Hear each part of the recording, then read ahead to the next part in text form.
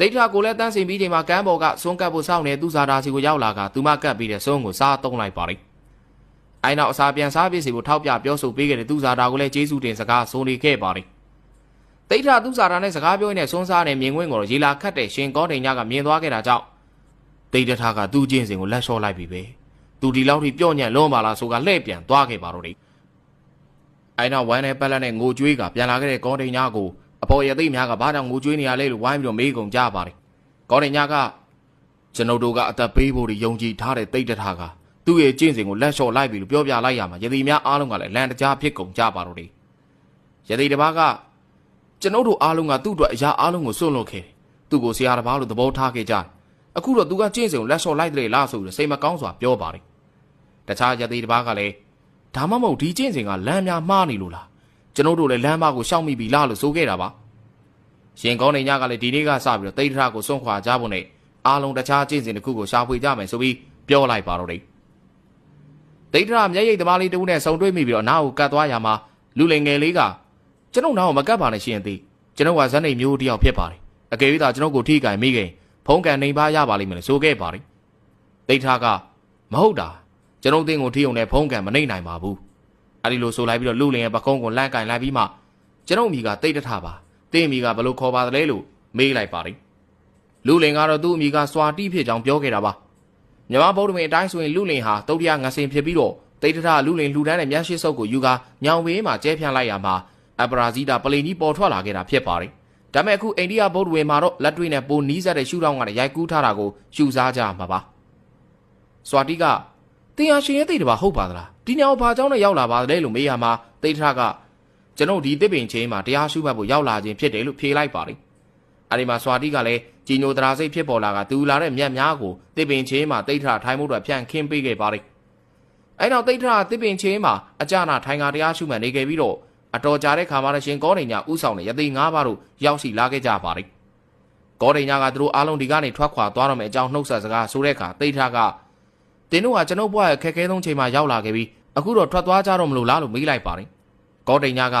အခုလိုထွက်သွားရခြင်းကလည်းတင်းကြောင်ပါအရင်ကကျင့်စဉ်တွေမျှဝေခဲ့ပြီးတော့ညီနောင်လိုထင်ထားခဲ့ပေမဲ့အခုတော့တင်ဟာရင်လိုမဟုတ်တော့ဘူးတင်ဟာကျင့်စဉ်ကိုလက်လျှော့ခဲ့ပြီပဲလို့ဆိုခဲ့ပါတယ်တိတ်ထကကျွန်ုပ်ဒီကျင့်စဉ်ကိုကျင့်ကြံမှုစူးစမ်းခဲ့တယ်ဒါမဲ့လမ်းမားနေကြောင်းကိုသိလို့လက်လျှော့ခဲ့တာပါလို့ဆိုလိုက်ပါတယ်ကောတိန်ညကတင်ဒီလိုပဲလွယ်တကူလက်လျှော့မယ်ဆိုရင်နန်းတော်ကထွက်ခွာလာခဲ့ခြင်းကလည်းအချင်းကြီးပါပဲရတော်တရားနဲ့သားတော်ကိုစွန့်ပြီးညံလင်းကိုရှာဖွေမယ်လို့တင်ဆိုခဲ့တယ်တန်တရားမှလွတ်မြောက်ရလမ်းကိုတလောကလုံးကိုပြသမယ်လို့တင်ဆိုခဲ့တယ်6နှစ်ကြောင်ကျင့်ကြံခဲ့ပြီးမှအခုဒီကျင့်စဉ်ကိုဆက်ကျင့်ကြံမှုတတ်တိမရှိတော့တာလားလို့ဆိုလိုက်ပါတယ်တိတ်ထထကဆရာသခင်ကျွန်ုပ်ရဲ့လမ်းစဉ်တွေကလွဲနေခဲ့ပါတယ်ကျွန်ုပ်အပြင်းထန်ဆုံးကျင့်ကြံပြီးတော့တိလိုက်ရတာကဒီလမ်းစဉ်ကိုဆက်မလျှောက်သင့်ဘူးဆိုတာပဲဆိုပြီးရှင်းပြခဲ့ပေမဲ့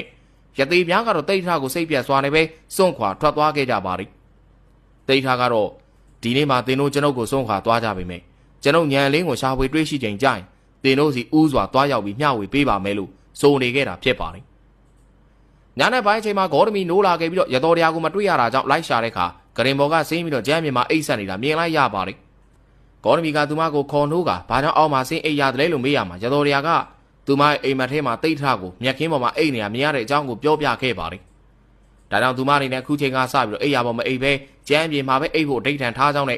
့ဒါမှလည်းတိတ်ထနဲ့ဆင်းရဲချမ်းသာတရားကိုအတူတူမျှဝေခံစားကြလိမ့်မယ်ဆိုလိုက်တာဖြစ်ပါတယ်တိတ်ထတော်တွေကိုဝင်လာခဲ့ပြီးသူ့ဇာတာနဲ့စွာတီတို့ကလည်းနောက်ကနေလိုက်လာနေကြပါတယ်တိတ်ထကတင်တို့ဘာကြောင့်လိုက်လာရတာလဲလို့မေးတဲ့အခါမှာသူ့ဇာတာကလည်းရှင်ရသေးကြောက်လိုင်ကူကြီးကိုစွန့်ခွာပြီးဘာကြောင့်တောနဲ့တွင်းကိုဝင်လာရလဲလို့ပြန်မေးလိုက်ပါတယ်တိတ်ထကဒီစိတ်ငြိမ်တဲ့တောတွင်းမှာတရားကျင့်ကြံမှုပို့ပြီးတော့တင့်တော်ကြောင်းပြောတဲ့အခါမှာသူ့ဇာတာကတောနဲ့တွင်းမှာတရားကျင့်နေတဲ့ရှောင်းလုံးနေ့စဉ်စွန်းတနက်လှူဒန်းဝင်ပြုပါလို့ခွင့်တောင်းခဲ့ပါတယ်တိတ်ထလည်းလက်ခံလိုက်ပြီးတဲ့နောက်မှာညောင်မေအိုကြီးတပင်ရဲ့အရှိတ်ဘက်မှာစွာတီရဲ့မျက်တွေကိုဖြန့်ခင်းကအားလုံးကိုလည်းသူတရားရှုမှတ်တော့မှာဖြစ်တာကြောင့်ထွက်သွားနိုင်ပြီလို့ဆိုခဲ့ပါတယ်အဲဒီနောက်ရပောင်းများစွာဇက်တိုက်တရားကျင့်ကြံနေခဲ့ပြီးတော့တရက်မှာတော့လေပြင်းမုန်တိုင်းတွေနဲ့တူမာနတ်ရောက်လာခဲ့ပါတော့တယ်မာနတ်ဟာတိတ်ထတရားကျင့်ကြံခြင်းကိုနှောက်ယှက်ဖို့အတွက်သူ့ရဲ့သမီးတော်၃ယောက်နဲ့မြှူဆွဲဖျားယောင်းစေခဲ့တာပါတဏှာယာကလောဘများနဲ့ရှင်တူသောအဆိုပါမာနတ်ရဲ့သမီးတော်များဟာတိတ်ထကိုဘလို့ပင်မြှူဆွဲခဲ့ကြပေမဲ့တိတ်ထမယိမ့်မယိုင်မဲ့မြဲမြံသောတတိတရားကိုစုပ်ကင်ကကြံ့ကြံ့ခံနိုင်ခဲ့ပါတယ်ဒါကြောင့်မာနတ်ဟာဒေါသတကြီးနဲ့နောက်တစ်ချိန်ကျွန်ုပ်ပြန်လာခဲ့အောင်မယ်လို့ကျင်းဝါကပြန်ဆုတ်ခွာသွားခဲ့ပါလိမ့် မနက်ခင်းတစ်ခုမှာတော့တိတ်ထသူအရန်ကိုထူးဆန်းတဲ့အိမ်မက်တစ်ခုကိုမြင်မှတ်ခဲ့ကြောင်းပြောပြနေခဲ့ပါတယ်ပထမအိမ်မက်တစ်ခုမှာသူဟာကဘာမြေကြီးကိုအိပ်ယာပြုတ်လောက်ကဟီမိုနာတောင်ကိုခေါင်းပြုတ်လောက်ထားကြောင်းသူ့ရဲ့ဘဲဘက်လက်ဟာအရှိသမုတ်တရားနဲ့ညာဘက်လက်ကတော့အနောက်သမုတ်တရားမှာရှိနေကြောင်းနဲ့သူ့ရဲ့ခြေစုံကတော့ဆိုးဆွတ်ပြီးတောင်သမုတ်တရားပေါ်မှာရှိနေခဲ့ကြောင်းပြောခဲ့ပါတယ်ဒုတိယအိမ်မက်မှာတော့သူ့ရဲ့ချက်နေရာကထူးဆန်းတဲ့တစ်ပင်တွေမျိုးပေါက်နေပြီးတိမ်ဆိုင်တွေစီရောက်တဲ့အထိကိုရှင်သန်ကြီးထွားနေခဲ့တာပါတတိယအိမ်မက်မှာတော့ပုံစံမျိုးစုံအယူဝါဒမျိုးစုံနဲ့အသားရောင်မျိုးစုံရှိကြတဲ့မရေမတွက်နိုင်သောလူများစွာတို့ဟာသူ့ရဲ့ခြေတော်ရင်းမှာဝိုင်းဝန်းအယိုသေးပေးနေတာကိုမြင်မှတ်ခဲ့ပါတယ်ဇဒုထာအိမ်မက်မှာတော့အယောင်သွေးမျိုးစုံရှိတဲ့ငှက်များဟာသူ့စီကိုပြန်တန်းလာကြပြီးအနီးနားကိုရောက်တဲ့အချိန်မှာတော့အဖြူရောင်ငှက်များဖြစ်နေပြောင်းလဲသွားတယ်လို့မြင်မှတ်ခဲ့တာဖြစ်ပါတယ်ပြည်စမားမြောက်အိမ်မက်မှာတော့သူဟာကြီးမားတဲ့နောက်ချီးပုံကြီးနားကိုရောက်သွားပေမဲ့တွန်းဆုပ်မှုလုံးဝမရှိခဲ့ကြောင်းမြင်မှတ်ခဲ့တာဖြစ်ပါတယ်ဒိဋ္ဌာကဒီအိမ်မက်တွေဟာနမိတ်ကောင်းကိုညွှန်ပြတာဖြစ်နိုင်ကြောင်းနဲ့မကြခင်မှာညံလင်းကိုရှာတွေ့နိုင်တော့မယ်လို့လည်းသူ့စိတ်မှာထင်မြင်နေခဲ့တယ်လို့ဆိုခဲ့တာပါအဲဒီနောက်သူစားတာကတ်လူတဲ့ရွှေကွက်ထဲကနိုစုံကိုစားသုံးနေချိန်မှာရှေးတုန်းကလည်းညံလင်းရရှိဘူးသူတွေဟာဒီလိုရွှေကွက်နဲ့နိုစုံကိုစားသုံးခဲ့ဘူးမှာပဲဆိုရယ်စိတ်အကြံကဖြစ်ပေါ်လာခဲ့ပါတယ်စွန်စားပြီးချိန်မှာတိတ်ထရွှေကွက်ကိုပါသူစားတာစီကနေလူခံလိုက်ပြီးတော့အားလုံးနဲ့တူမြေကမ်းကိုထွက်လာခဲ့ကြပါတယ်မြေကမ်းကိုရောက်တဲ့အခါတိတ်ထကျွန်ုပ်ဒီအကယ်၍အလုံးစုံသိမြင်နိုင်သောညံလင်းကိုရနိုင်ပြီဆိုပါကဤရွှေကွက်ဒီမြေကြီးကိုစံတက်ပါစီသားဆိုတော့အဋိဌံကရွှေကွက်ကိုမျောလိုက်ပါတယ်အဲဒီခါမှာရွှေကွက်ဟာမြေကိုစံတက်ကမျောနေအောင်ပြင်လိုက်ရပြီးအတော်ကြာတော့ရေအောက်ကိုနှိမ့်မြုပ်သွားခဲ့ပါတယ်ရေအောက်ကျမ်းမြေမှာတော့ရှေးကညံလင်းရရှိခဲ့ဘူးသူများရဲ့ရွှေကွက်များစွာရှိနေခဲ့တာဖြစ်ပါတယ်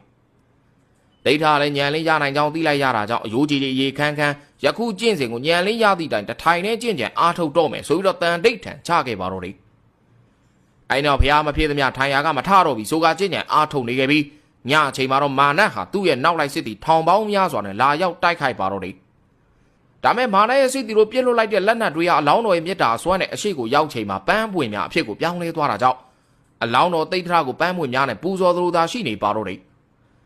မာနဟာလည်းအလောင်းတော်ကိုဘာမှလုံးမရတာကြောင့်နောက်ဆုံးမှာထွက်ပြေးသွားခဲ့ရပြီးဘုရားရှင်ရဲ့အောင်ခြင်း၈ပါးနဲ့ပထမဆုံးအောင်ခြင်းဖြစ်မာနကိုအောင်မြင်တော်မူခဲ့ပါတော့တယ်မဟာတက္ကရီ103ခုကစုံလာပြီဗုဒ္ဓဦးနဲ့နနက်မိုးတောက်ရန်အချိန်မှာတော့အလုံးစုံကိုကိုယ်တိုင်သိမြင်တော်မူနိုင်တဲ့တပ္ပညုတဘုရားအဖြစ်ကိုရောက်ရှိတော်မူခဲ့ပါတယ်တွင်ကြီးရမယ်တော့တကယ်လွတ်လပ်ခြင်းအစ်စ်ကိုရရှိခဲ့တဲ့ဗုဒ္ဓဘုရားရှင်ကိုစွာတိနဲ့အပေါင်းဖော်တို့တဏှာကကြည်ကတခုခုတော့ထူးခြားနေပြီဆိုတာကိုသိလိုက်ကြပါတယ်စွာတိကသူတော်စင်ဟာနတ်ဘုရားနဲ့တူသွားပြီလို့ဆိုနေခဲ့ပြီးတော့အခြားတယောက်ကတော့မျက်နှာတော်နဲ့တကူလုံးမှာရောင်ကြီးတော်တွေထွက်နေပါလားဆိုပြီးပြောနေခဲ့ပါတယ်အခြားတယောက်ကတော့ဒီထူးခြားမှုကိုသတင်းပေးဖို့သူ့စာတာစီကိုအပြေးသွားနေခဲ့ပါတယ်။နိုင်တော့မှာတော့ရတော်တရားနဲ့မီရွေးတော်ဂေါတမီတို့ကညာတော့ကအိမ်မက်ကောင်းတစ်ခုကိုမြင်မှတ်ခဲ့တယ်ဆိုပြီးနှစ်ယောက်ပြိုင်လူပြောလိုက်မိကြပါတယ်။အဲနောက်ရတော်တရားကိုအရင်ပြောစီတဲ့အခါမှာမင်းညသူမရဲ့အိမ်မက်ထဲမှာတိတ်တထမင်းသားကပိလဝကိုပြည်ကိုပြန်လာခဲ့ကြောင်းနဲ့တတိုင်းမီလုံးကလည်းအိုးစီဘုံပေါင်းတီးကကြိုးသွန်နေကြ